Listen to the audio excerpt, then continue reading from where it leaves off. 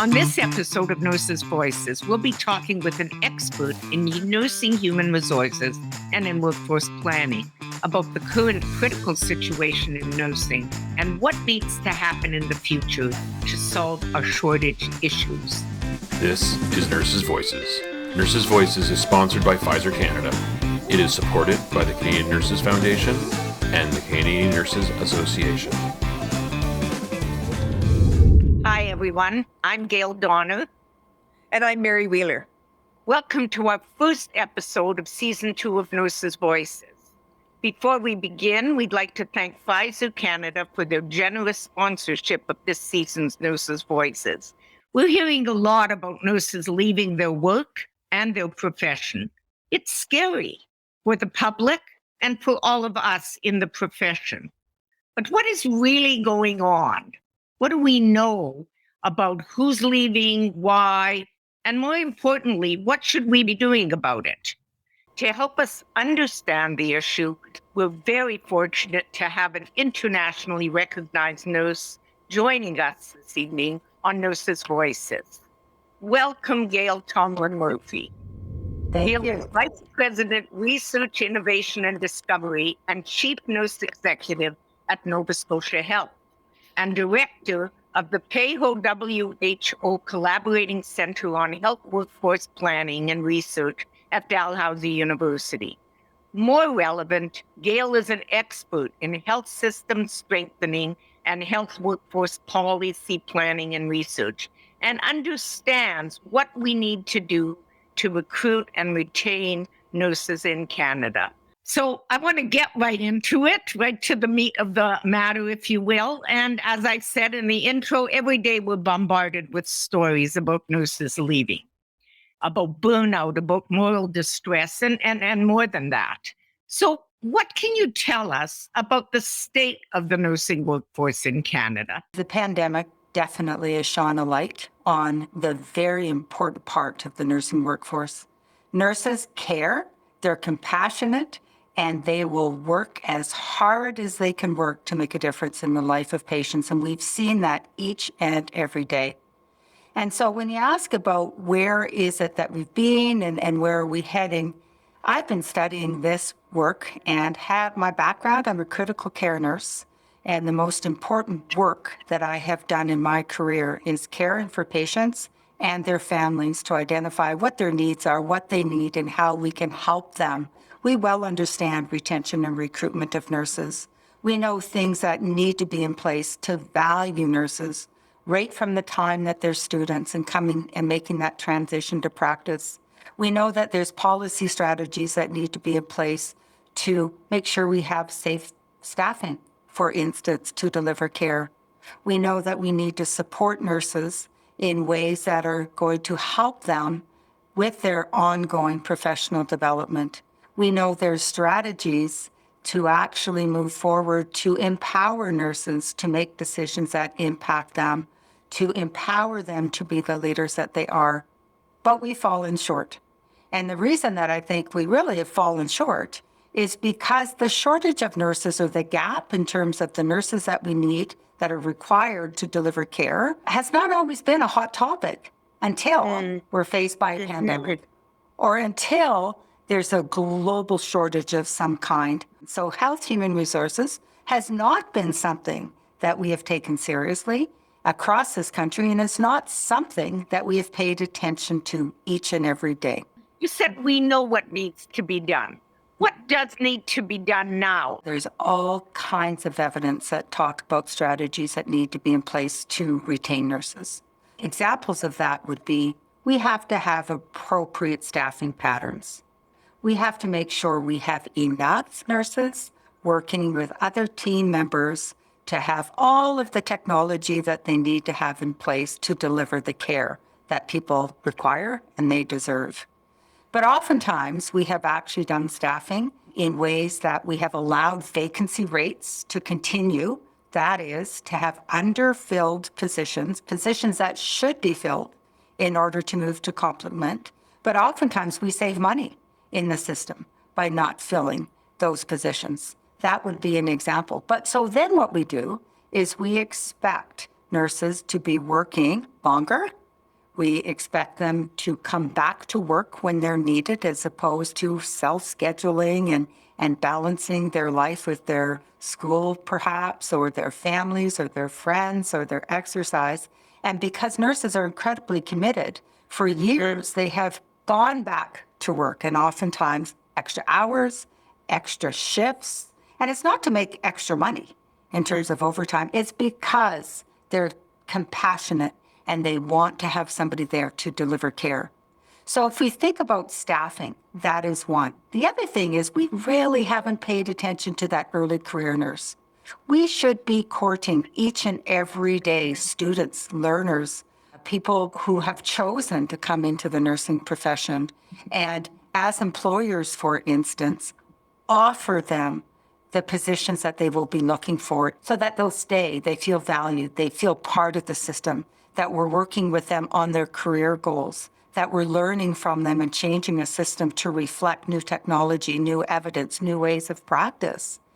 But oftentimes we wait, and nurses will graduate, and then they have to sit back and try to find a place where they can work and a match with an employer who seems to share the values and the vision and the goals that they want. But instead, time oftentimes passes. Why is it that we have known all this, that the evidence is there, that the practical solutions are there, ones that oftentimes don't cost a lot, but we don't necessarily put them in place? We also know transition to practice has been an area that we've learned and we've talked a lot about. And there's that argument that often happens. Well, academic institutions or colleges should actually be preparing those nurses to hit the floor running. It's like, what? What floor running like what? At what pace? And what's right?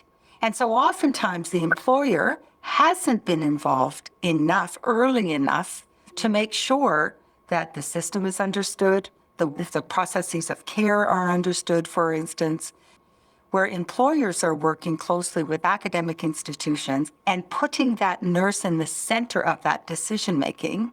We are seeing benefits. We are seeing the impact that that can have around the retention as well as the recruitment. So the stories that I'm telling right now are not only based on evidence that has been here for many years that people have ignored and not actually instituted or put in place, but because things are so bad. Let's put COVID-19 in the middle of this. So we know across this country that we have needs of people are in their homes, in the system, and trying to get home that are very complex and very demanding.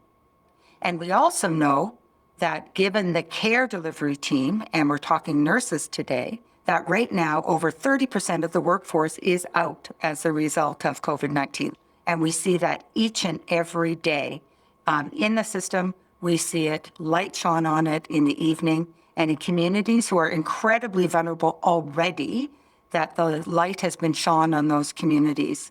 And so things are not good.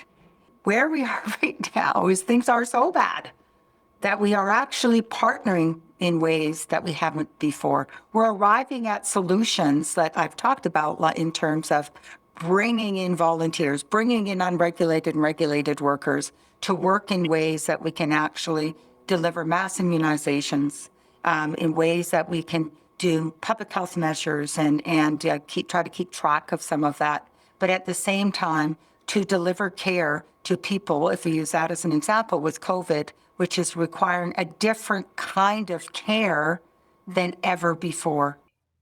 I hear you saying it also has created an opportunity because, I'll put it more bluntly, employers are desperate.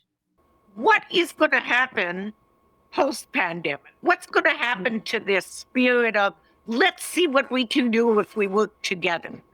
How are we going to make this sustainable, some of these initiatives, some of this? It's almost as if we can't let the public or ourselves or the employer forget what it looks like when you are critically short of people you need to deliver care.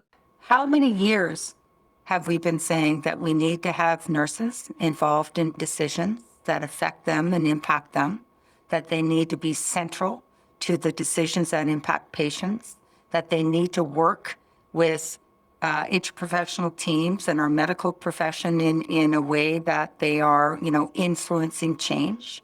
But there has been such a history where this has not been present. And you can't just plan for a pandemic without thinking services as usual. Mm-hmm. So we've got pandemic, which is coming and going depending on the wave that we're in. And then services as usual. People are still needing to come to emergency. Access and flow is an issue. And oftentimes we know that there's been strategies around access and flow that hadn't been put in place. We also know that we've had to reduce surgeries in order to actually deliver services as usual, as well as the pandemic. So I'm going to point the finger for a minute. I have been around a long time where oftentimes nurses have talked about RN only, and it's a registered nurse who needs to be involved in the care because he or she has all the competencies and nobody else does. Well, we have seen through this pandemic, and more with the light that has been shone in my thinking, is that there is room for our partners to work together differently. Students working with the family of nursing, working with our regulated and our unregulated workers and what have you. So what are we going to do and why now? It is because, and it's not just the system who's short. Like when you talk about the system needs nurses to deliver care, think about our community. Think about health promotion. Think about population health, public health. Think about caring for our people living, for instance, I'll use my own example, African Nova Scotians, our Indigenous communities. This has also helped us to better understand how care needs to be delivered in a very different way through engaging communities. Nurses have actually led us in a very powerful way through this pandemic. And there are many days and many nights that if nurses threw up their arms and said, I'm done, I am out of here, the system would crash. So what kinds of things can we put in place? Well, we can actually invest. As employers, I can speak to that. We can invest in actual retention and recruitment. The things that Mary, you and Gail have talked about for years. We can invest in ongoing professional development. We can actually move towards preceptorship and mentorship in a way that's not just tapping on the shoulder of experienced nurses, but perhaps it's using our retired nurse pool, which for us has been brilliant to come in to help to develop the programs that are needed around preceptorship and mentorship. We also, I've been privileged enough to be working and writing for the Royal Society of Canada on the nursing piece that we're doing right now. And this has brought nursing experts from across the country to come and talk again about what hasn't worked in the past. Why have those policy documents sat on shelves? Why have they not had legs or teeth or actually influenced policymakers and decision makers to actually move on anything? What I'm experiencing right now is that we are actually working with our decision makers and policymakers who are asking for 30, 60, 90-day operational plans in order to sustain and to make a difference. And I'm hearing and involved in long-term planning. So I think the table is set in ways that nurses and nursing can actually influence where we are today and go forward. And I know there's days that where we need to be concerned with the U.S. For instance, I heard today off the, from people with whom I work that people are being offered, go to California for 3 months, you make $100,000 per month. So the sucking sound to the south, that's not new. That the issues about eating our young, those issues aren't new. We have allowed this to continue. Now's our opportunity, and this is the optimism I have. Now is our opportunity to work in partnerships differently and to actually make the changes. So you mentioned money. The lure of the U.S., in the short term at least. How important is money in recruitment and retention? Well, I think we have to be realistic. Money, we have to make sure that there's parity, that nurses are paid if you look at market value and business models, that they're paid for their education, for their experience, for a lot of different factors. And so, people say to me at times, well, how much do you think that's worth? And I'll say, well, what do you mean? How much is it worth? What are you paying a doc, or what are you paying a pharmacist, or what are you paying? So I think market value is really important. And I don't think nurses have done a really good job of talking money. That when we young and starting to look for employment, it's like, well, what will my shifts be like? How much vacation?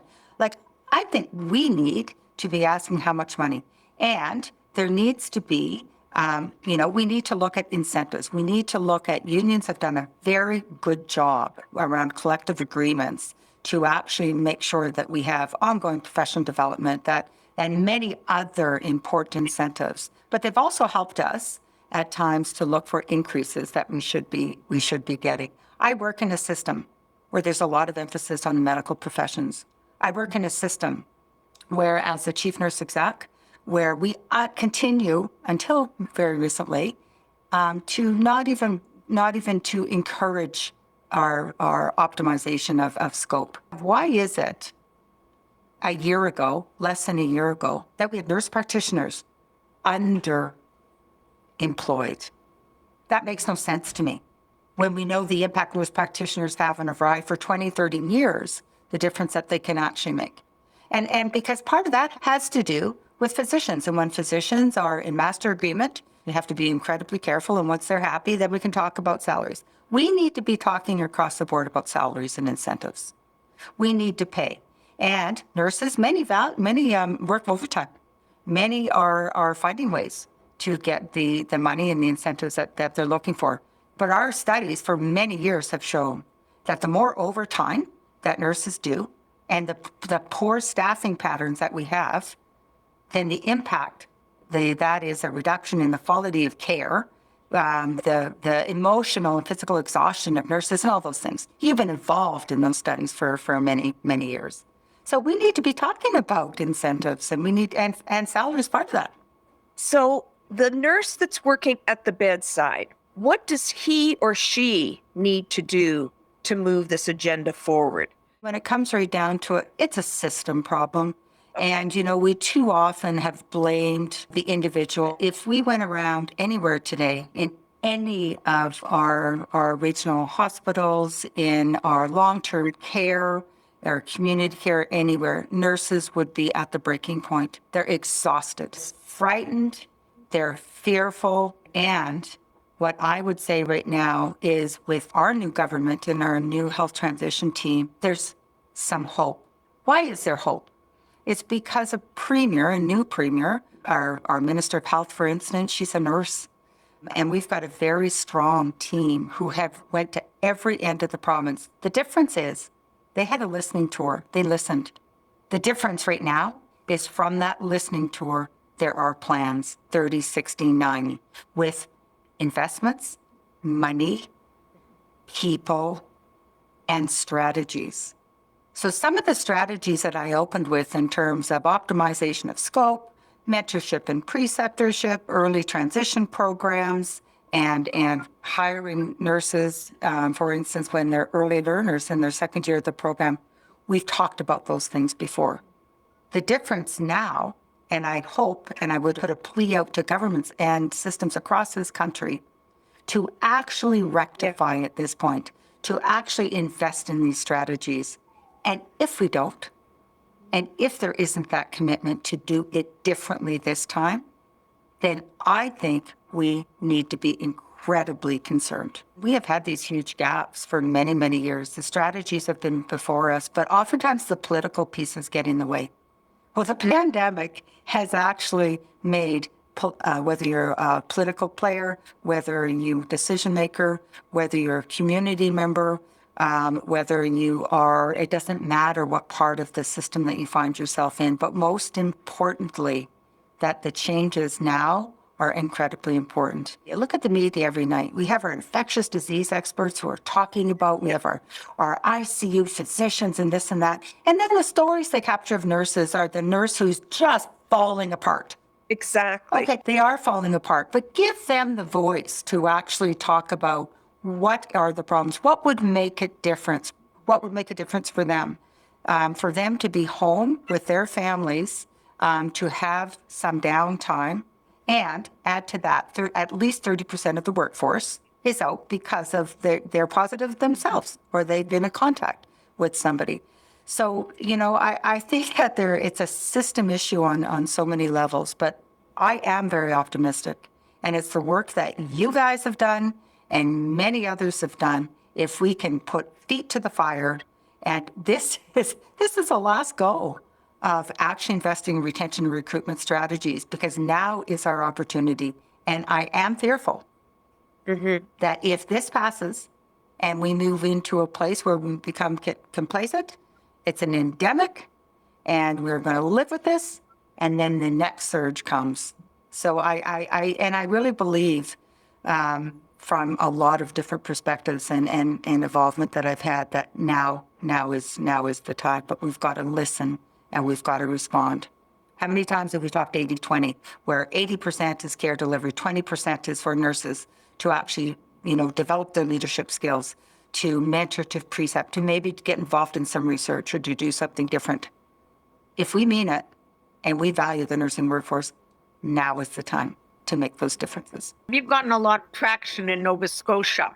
I'm impressed that the Royal Society, I don't know, have they ever done anything about nursing? Never. We've actually put in our report at this point, and this consisted of people like me who've been involved in this for some time, from BC right through to Newfoundland, including our Indigenous community. We have put an equity, diversity lens, definitely on this inclusiveness type of lens. We have had people who've been involved in this work for years, people like Doris Gridsman, like Greta Cummings, like Kathleen McMillan, like Judith Olton, like Josephine Muxel. There's just, and people came together and I thought, oh my goodness, this is going to be a challenge. So how do we land on, recommendations that are going to have traction, that aren't the same old ones that sit on somebody's desk? What are those pragmatic types of strategies? So this was work that is actually illustrating in the voices of nurses. And so we used a lot of different ways. We interviewed a lot of nurses and key informants. We actually did your rapid review kind of synthesis, systematic reviews, but we also pulled in factors prior to pandemic, during pandemic, and what this means in terms of the future. So now we do have the opportunity, Fabulous, together, all of us, to make a difference. And it's going to take all of us working together at this point. And it's hard to rise above the challenges and the obstacles, but it's thinking about what obstacles need to be moved, what rocks need to be moved to see the other side. You made a comment earlier about working together, because within nursing, of course, we have our own silos, if you will. And I like to hope when I listen to you that this will create an opportunity maybe for the partners within the profession to come together, maybe around the Royal Society paper, I don't know, but something needs to bring folks together and stop the finger pointing within our, between and among our colleagues.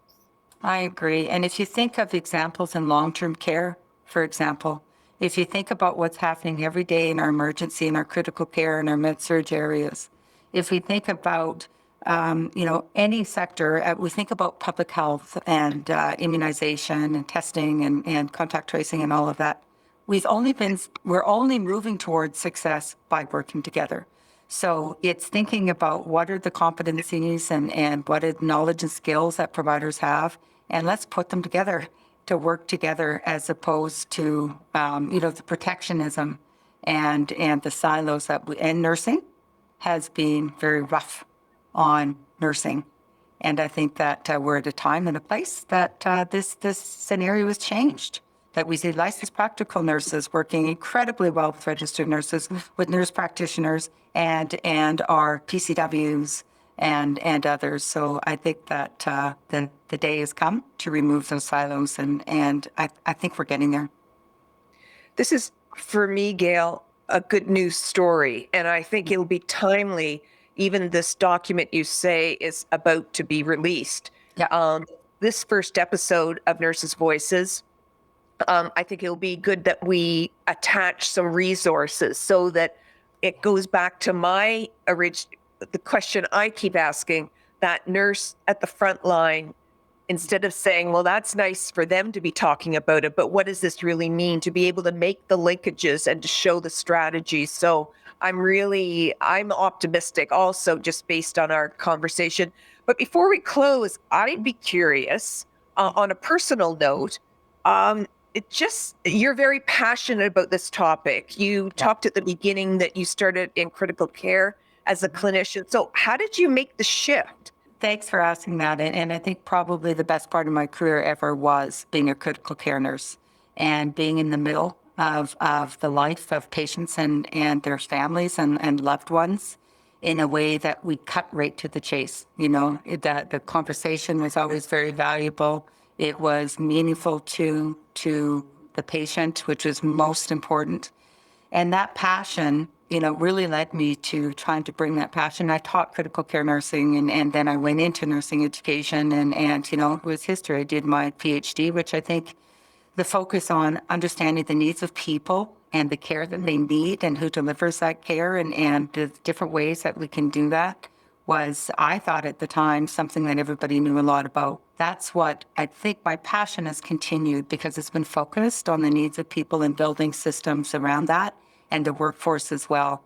I feel coming into this position after 30 years in academia, which I loved each and every day of, and running an international research center, I really believe right now that my passion and my vision and working, to your point, with our frontline workers to be part of solutions as opposed to people telling us what we should be doing. Yeah. This is, and really it's running an innovation portfolio.